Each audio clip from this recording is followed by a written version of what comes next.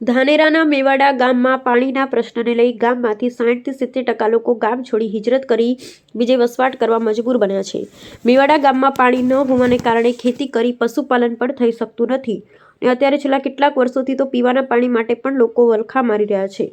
બહારથી ટેન્કર દ્વારા પાણી પીવા માટે મોકલવામાં આવે છે, એ પણ 3 થી 4 દિવસે ટેન્કર આવે છે, જેથી લોકો હાલ પાણી વગર વલખા મારી રહ્યા છે ને હિજરત કરી રહ્યા છે।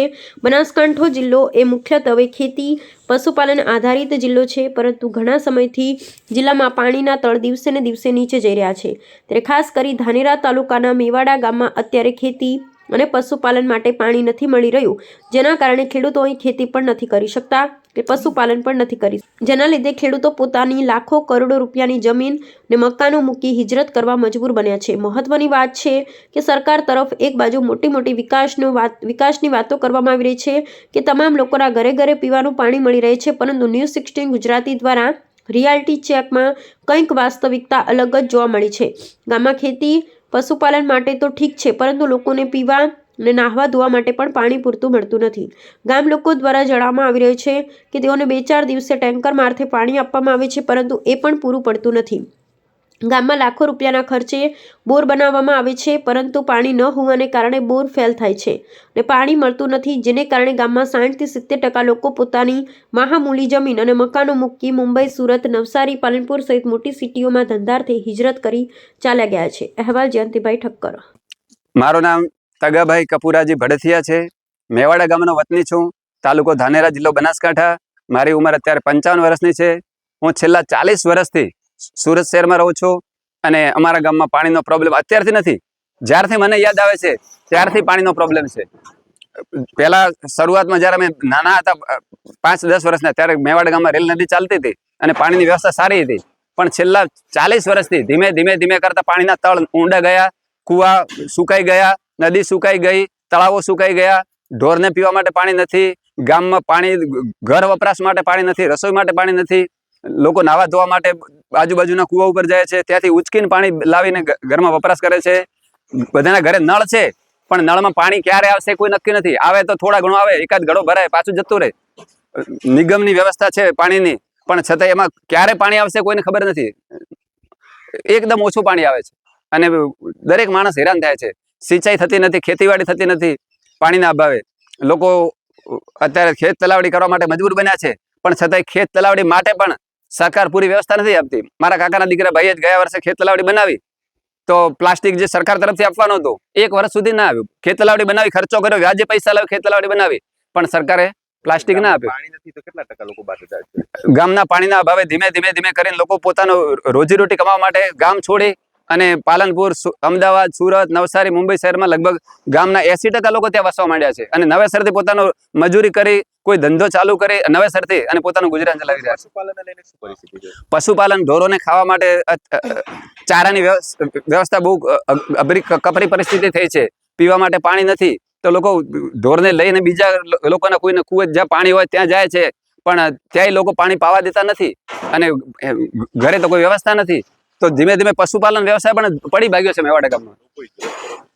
અહીંયાથી લોકો ઢોર ડાંગર વેચી, અમુક મફત લોકોએ ગાય આપી દીધી, ભેંસ મફત આપી દીધી અને ગામ છોડીને નવો વ્યવસાય ચાલુ કર્યો છે લોકોએ। ઓકે, અત્યારે 80% લોકો બહાર રહે છે। અહીંયા પાણીની બહુ મોટી સમસ્યા છે, પશુપાલન વ્યવસાયમાં બહુ મોટી સમસ્યા છે અને લોકો ધીમે સિટી તરફ ભાગવા મળ્યા છે। મને એવું લાગે છે કે આવનારા સમયમાં ગામમાં મને લાગતું નથી ખાલી ગંઢિયા મા બાપ કોઈ સેવા કરવા વાળું સાહેબ નહીં હોય, કારણ કે એ ગંઢિયા મા બાપને ખવડાવવું તો ખરી ને, માણસને ખવડાવવું કઈ રીતે એમ? તો છોકરાને ગંઢિયા મા બાપને છોડીને જવું પડશે, કારણ કે પાણી નહીં હોય તો અહીં શું કરશે એમ? પશુપાલનની વ્યવસ્થા પાણી વગર સાહેબ ચાલે એવું નથી એમ। તો સરકારશ્રીને મારી વિનંતી કે જો આ મેવાડા ગામની અંદર અથવા આજુબાજુ ધાંધ્રા તાલુકાની અંદર જનાલી ગામ તમે જુઓ તો એકદમ બિલકુલ પાણી નથી। ત્યાં તો લોકોને ટેન્કર દ્વારા પાણી રોજ લાવવું પડે। જનાલી છે, એટા છે, ભાટીપ છે। શું પરિસ્થિતિ છે સાહેબ પશુપાલનને લઈને બહુ ખતરનાક પરિસ્થિતિ છે। અહીંયા પશુપાલનને એટલો વ્યવસાય લોકો 4 જે ઢોર રાખતા હતા એની જગ્યાએ 1 ઉપર આવી ગયા છે, બરોબર। અને ઘાસ, હુકા ઘાસ ચારો અત્યારે એટલો મોંઘો થઈ ગયો છે ને। પહેલા તો ઘાસ વાવતા ચોમાસું હતું તો, અત્યારે ચોમાસામાં વરસાદ એટલો બધો હોતો નથી, એટલે લોકો બહુ પીડાય છે એમ। ઓકે, તમારું નામ? તમારું નામ? મારું નામ હમ. ધનીબેન. ધનીબેન, શું કહેશો? પાણી વગર કેટલી તકલીફ પડે? પાણી વગર બહુ તકલીફ પડે છે. પાણી પીવાનું નથી. સહેમતથી પાણી આવે 4-5 દાડે તો પીએ. નાવા ધોવા સારું એ તકલીફ. આ ખેતરમાં નદી લઈ જઈ, ખેતરમાં બાવળા ઉજાય, આંકડા ઉજાય. કોઈ ખેતી બેતી કરતા નથી. પાણી વગર જ્યાંથી ખેતી કરે. પીવાનું નહીં મળતો તો પછી ખેતી નહીં કરાતી પાણી મળે. કેટલો વખો કહેવાય? ઘણો વખો કહેવાય. 20-25 વર્ષથી આ એવો વખો બેઠા. વરસાદ વરતો ને પાણી કેટલા દીવો. કેમ જીવાડો? હવે ઢોર કેમ જીવાડા. કોકને કુએ હોય, કોક ભવિષ્ય કુએ હોય તો પાણી માથાથી ઉપાડી અને લાવવા. ને તરફ કોઈ વેસી આવે સહેમતથી તો કોઈ ટોકું બોકું ભરા તો ઢોર પા. મારું નામ પોપટભાઈ પુરુષ છે. મેવાડાનો હું વતની છું. અમારા ગામમાં સમસ્યા બહુ છે. પીવાના પાણીની સમસ્યા છે, પશુ માટે સમસ્યા છે, ખેતીવાડી માટે પાણી નથી.